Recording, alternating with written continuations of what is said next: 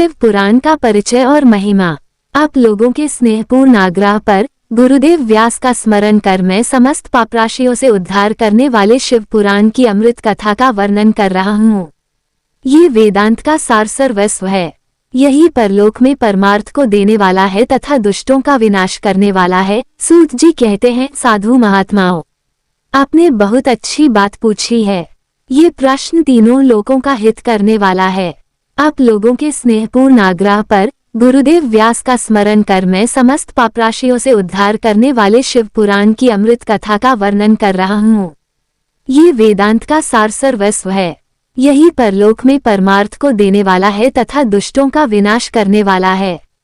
इसमें भगवान शिव के उत्तम यश का वर्णन है।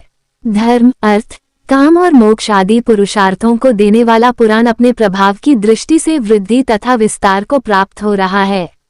शिव पुराण के अध्ययन से कलियुग के सभी पापों में लिप्त जीव उत्तम गति को प्राप्त होंगे।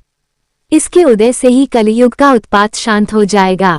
शिव पुराण को वेद तुल्य माना जाएगा। इसका प्रवचन सर्वप्रथम भगवान शिव ने ही किया था। इस पुराण के 12 खंड या भेद हैं। ये 12 संहिताएं हैं। 1 विदेश्वर संहिता, 2 रुद्र संहिता, 3 विनायक संहिता, 4 उमा संहिता, 5 सहस्रकोटि रुद्र संहिता, 6 एकादश रुद्र संहिता, 7 कैलाश संहिता, 8 शतरुद्र संहिता, 9 कोटि रुद्र संहिता, 10 मात्र संहिता, 11 वायव्य संहिता तथा 12 धर्म संहिता। विदेश्वर संहिता में 10,000 श्लोक हैं। रुद्र संहिता, विनायक संहिता, उमा संहिता और मात्र संहिता प्रत्येक में 8,000 श्लोक हैं। एकादश रुद्र संहिता में 13,000, कैलाश संहिता में 6,000, शतरुद्र संहिता में 3,000, कोटिरुद्र संहिता में 9,000, सहस्र कोटिरुद्र संहिता में 11,000, वायव्य संहिता में 4,000 तथा धर्म संहिता में 12,000 श्लोक हैं। मूल शिव पुराण में कुल 1,00,000 श्लोक हैं, परंतु व्यास जी ने इसे 24,000 श्लोकों में संक्षिप्त कर दिया है। पुराणों की क्रम संख्या में शिव पुराण का चौथा स्थान है, जिसमें 7 संहिताएं हैं। पूर्व काल में भगवान शिव ने 100 करोड़ श्लोकों का पुराण ग्रंथ ग्रंथित किया था। सृष्टि के आरंभ में निर्मित ये पुराण साहित्य अधिक विस्तृत था। द्वापर युग में द्वैपायन आदि महर्षियों पुराण को 18 भागों में विभाजित कर 4,00,000 श्लोकों में इसको संक्षिप्त कर दिया। इसके उपरांत व्यास जी ने 24,000 श्लोकों में इसका प्रतिपादन किया। वेदतुल्य पुराण विदेश्वरुद्र संहिता, शतरुद्र संहिता, कोटिरुद्र संहिता, उमा संहिता, कैलाश संहिता और वायव्य संहिता नामक 7 संहिताओं में विभाजित है।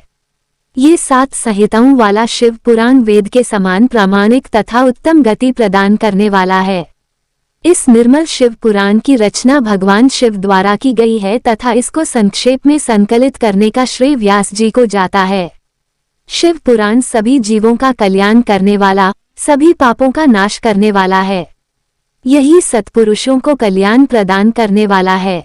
ये तुलना रहित है तथा इसमें वेद प्रतिपादित अद्वैत ज्ञान तथा निष्कपट धर्म का प्रतिपादन है। शिव पुराण श्रेष्ठ मंत्र समूहों का संकलन है तथा यही सभी के लिए शिवधाम की प्राप्ति का साधन है। समस्त पुराणों में सर्वश्रेष्ठ शिव पुराण ईर्ष्या रहित अंतःकरण वाले विद्वानों के लिए जानने की वस्तु है। इसमें परमात्मा का गान किया गया है। इस अमृतमय शिव पुराण को आदर से पढ़ने और सुनने वाला मनुष्य भगवान शिव का प्रिय होकर परम गति को प्राप्त कर लेता है।